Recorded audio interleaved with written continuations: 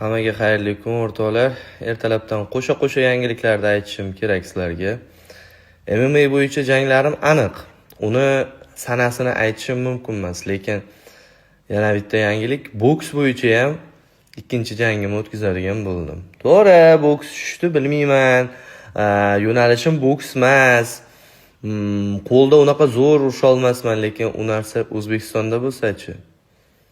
Men uchun qulay taraflari misol gonorar yaxshi, sapernik qarashyapti menga. Kim bilan tushishimni bundan keyingi istoriyada aytaman. Xullas, boks bo'yicha turnirimga raqib izlashyapti. Men taklif berdim. Menga doim vizif tashiydiganlar bo'ladi-yu, har doim vizif tashiydigan. O'shalarni bittasini qabul qilsam-chi deb. Misol uchun MMA bo'yicha O'rta Osiyodan ushkum kelmaydi. Chetdan olib kelinglar, o'sha Braziliyadan, Yevropadan olib kelinglar deyman, lekin boks bo'yicha endi ikkinchi jangim. Nega bu lyubitel bilan urishyapti? Nega bu vizif tashagan bilan urishyapti deb hech kim gapirmaydi. Chunki boksimni qanaqaligini ko'pchilik biladi. Qolaversa, boksda men professional emasman. Endi birinchi qadamlarni boshlayapman. Nima qilsa yarashilaveradi. O'shaning uchun menga vizif tashaganlarni, har xil bir noto'g'ri gapirganlarni bittasi bilan ajoyib bir jang bo'ladi. Bilasizlar, har doim haqiqatda gapirganim uchun boshimga har xil kulfatlar yog'iladi. Bu safar ham to'g'risini aytaman. Nima uchun MMA da urushmayapman? O'tgan safar To'xtar bilan bo'lgan mojarolardan keyin 3 oyga Oktagon Liga bizni blok qilgandi. Misol To'xtar ham, men ham 3 oy urusha olmaydigan qilib. Mana kelayotgan 3-iyulda men blokdan chiqaman. Undan keyin meni hech kim to'xtata olmaydi. Oktagon Ligada 4 oyda bir 5 oyda bir bo'y qilgan bo'lsam, bundan keyin 1 oyda 4 marta, 5 marta bo'y qilamiz. Bu ikkisi teng bo'larmi? Shunaqa gaplar. Ozgina qoldi. Yana bir necha hafta qoldi. 1,5 hafta qoldi. Hozirgi istoriyani noto'g'ri tushunishibdi. Oktagon Ligada urushmayman deganing-ku. Yo deb Oktagon Ligada urushaman deganim yo'qmi? Boshqa ligalarda ham urusha olmayman, ular blokka tiqqani uchun. Shunday ekan, mana 3-iyul kuni blokdan chiqaman, keyin to'xtatib bo'lmaydi. Shunaqa gaplar. Cho'tam Oktagon. Keyingisi Sultan sen bo'lasan.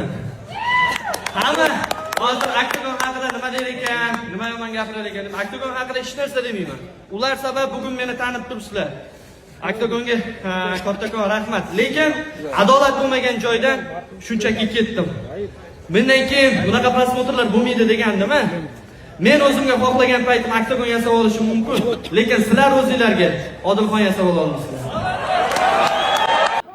Assalomu alaykum aziz MMA hamda boks ishqibozlari hamda Odilxon Kamolovni muxlislari desak ham adashmagan bo'lamiz.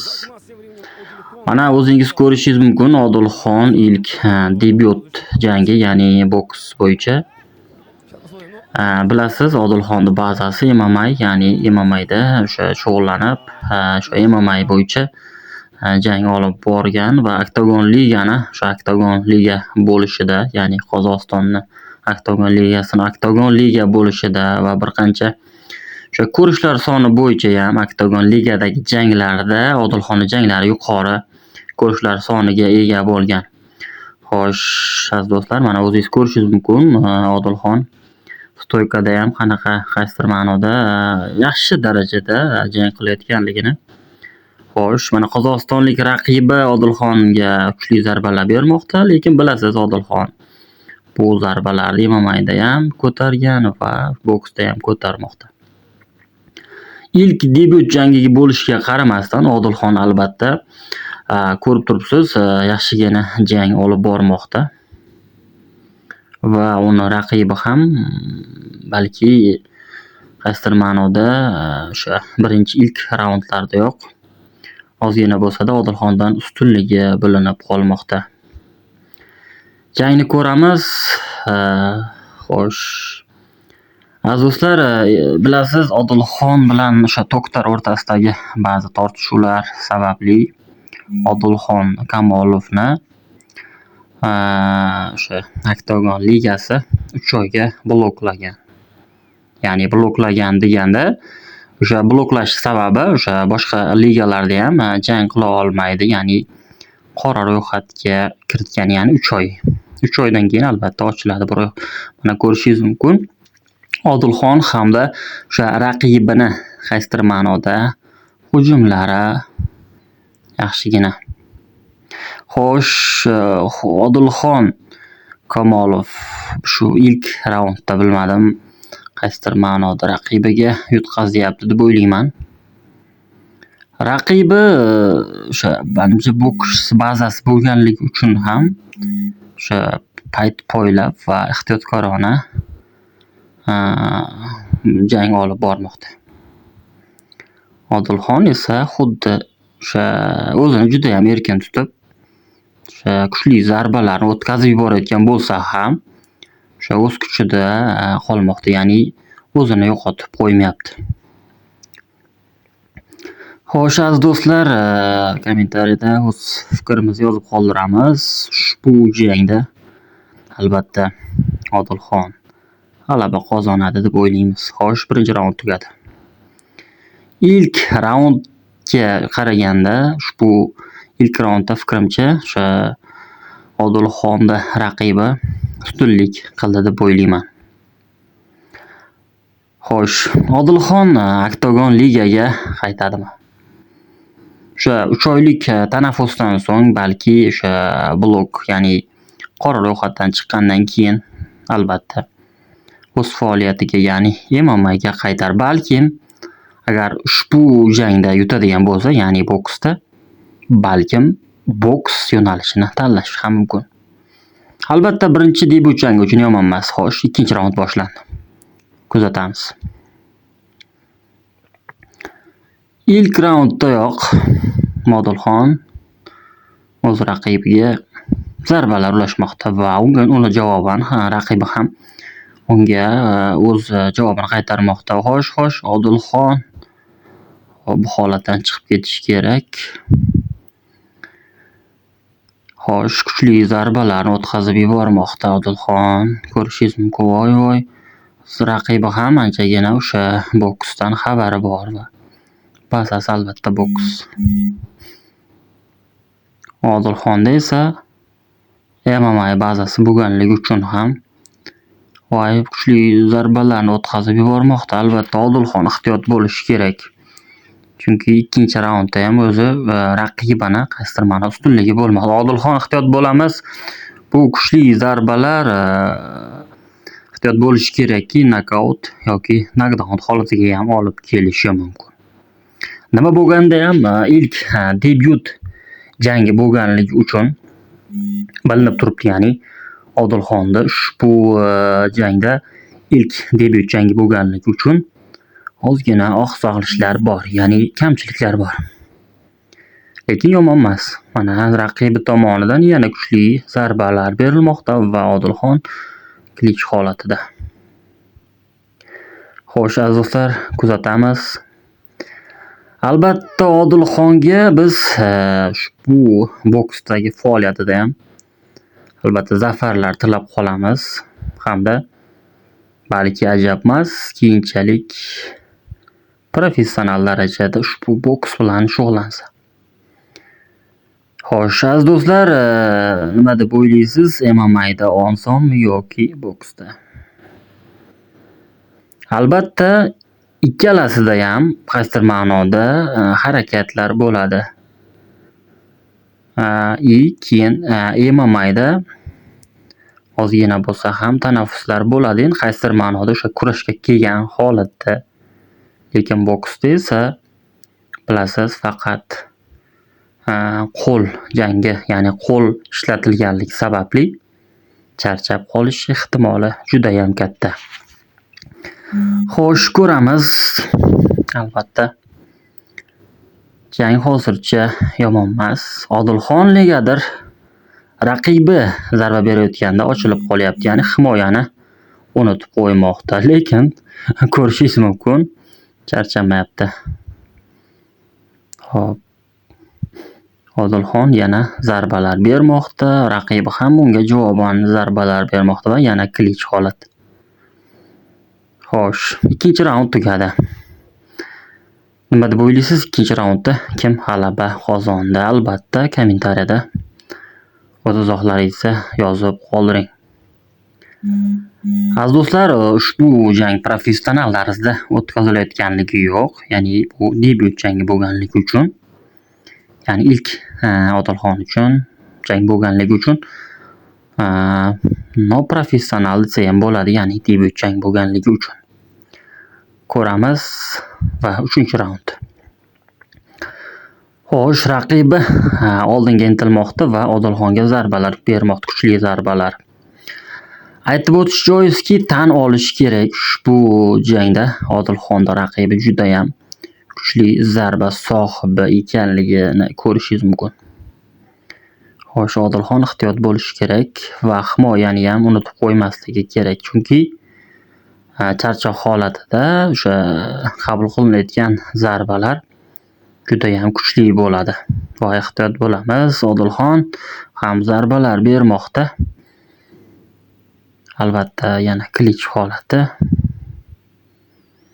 Xo'sh.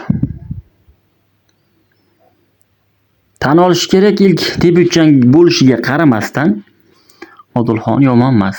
Ya'ni jang olib borishi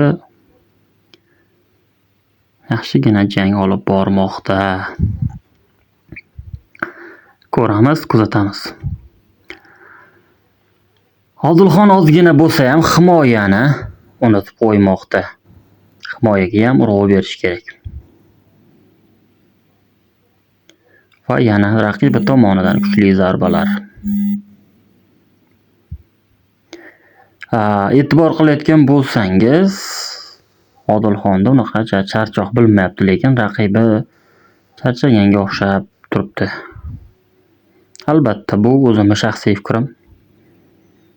Odilxon berayotgan zarbalar aniq bormoqda. Ko'rayotgan bo'lsangiz, raqibini nima uchun charchaydi deganim sababi mana ogohlantirish berilmoqda qaysidir ma'noda Odilxonga nisbatan va raqibiga nisbatan ham ogohlantirish berildi. Xo'sh. Gapimni davom ettiray. Xo'sh, mana ehtiyot bo'lish kerak Odilxon. Boya aytib o'tganimday, himoyaga urg'uni berish kerak. Himoyani unutib qo'ymoqda Odilxon. Xo'p, 3-raundda qaysidir ma'noda Odilxon ustunlik qilmoqda desa ham bo'ladi. E'tibor qilayotgan bo'lsangiz, 3-raundda albatta Odilxonda qo'li baland kelmoqda. Mana kuchli zarbalar va Odilxon tomonidan. Xo'sh, raqibiga qaysidir ma'noda ko'rsatmalar bermoqda va ogohlantirish bermoqda o'sha hakam tomonidan. Va ko'ramiz ushbu jangda kim g'alaba qozonadi. Hamyurtimiz Odilxonga esa o'sha omad tilab qolamiz ilk debyut jangiga. Xo'sh, mana jang davom etmoqda. Odilxon ehtiyot bo'lishi kerak. Boya aytganimdek, raqibi juda ham tez harakat qilmoqda va zarbalari noaniq bo'lishiga qaramasdan harakatlari juda ham tez. Guvoh Odilxon tomonidan mana kuchli zarba berildi. Aytib o'tish joizki, raqibi ham uncha-muncha zarbalarni o'sha ko'taradigan holatda ekan. 3-raund ham tugadi. O'z fikrimcha, ushbu 3-raundda Odilxonda qo'li baland keldi deb o'ylayman. Xo'sh, 4-raund ko'ramiz. Albatta, Odilxon oldinga intilishi kerak, bo'lmasa ochkolar hisobiga mag'lub bo'lishi mumkin. Charchoq holatini ko'rmayapman. Ikkala sportchida ham hozirgi raundda, boyagi raundda negadir o'sha raqibi charchayotgan edi Odilxonda, endi esa yaxshi, yomon emas. Ikkala sportchi ham yaxshigina jang olib bormoqda. Noprofessional bo'lishiga qaramasdan professional darajada qaysidir ma'noda jang olib bormoqda. Ya'ni Odilxon MMA'dan chiqqan bo'lishiga qaramasdan o'sha MMA usullarini qaysidir ma'noda bilmasdan ham qo'llab qo'ymayapti. Mana ko'rishingiz mumkin. Faqat qo'l harakatlari hamda o'sha hakamni o'sha ogohlantirishlari va ko'rsatmalariga rioya qilmoqda. E'tibor qilsangiz, o'sha ko'pchilik MMA'dan yo bo'lmasam kurashdan, ya'ni bazasi kurash MMA bo'lgan sportchilar boksda chiqqan paytda qaysidir ma'noda bilmasdan o'sha MMA turlarini, usullarini va o'sha kurash usullarini bilmasdan qo'llab qo'yadi, lekin debyut jangi bo'lishiga qaramasdan Odilxonni yaxshigina jang olib bormoqda. Shu bilan aytmoqchimanki, balki Odilxon keyingi kelajakda o'sha boks bilan o'sha professional darajada shug'ullanadigan bo'lsa ham yaxshigina g'alabalarga erishadi deb o'ylayman. Albatta, o'sha ustozlar yordamida. Xo'sh, mana aniq zarba Odilxon tomonidan mana 4-raundda o'zi Odilxonda o'sha zarbalar aniq va ravon bo'lmoqda. Raqibi boya aytganimdek yana o'sha charchagan holatga tushib qoldi, lekin Odilxonda charchoq holat yo'q. Yaxshi. Ko'ramiz, kuzatamiz do'stlar. Albatta Odilxonni qo'li baland kelishini. Mana oxirgi o'sha 4-raundda ko'rayotgan bo'lsangiz, Odilxonning zarbalari aniq bo'lib bormoqda va uzilishlarsiz. Albatta klich holati bu boksda albatta bo'ladi, o'zingiz ko'rishingiz mumkin. Xo'sh. Odilxon ko'rinishidan yana ancha-muncha raundda turib bera oladi, ya'ni charchoq holatiga nisbatan aytyapman. Ushbu albatta boksda o'sha tez charchab qolish holatlari bo'ladi. O'shaning uchun ko'proq cross yugurish mashqlari bajariladi. Oxirgi raundda yaxshigina zarba berdi raqibi. Ko'ramiz, hakam qanaqa qaror chiqaradi, ya'ni hakamlar qanaqa qaror chiqaradi.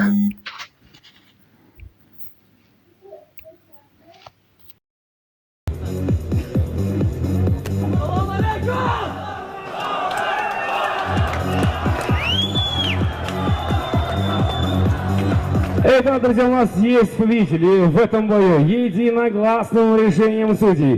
Победу одержал боксер из красного ринга Odilxon Komolov.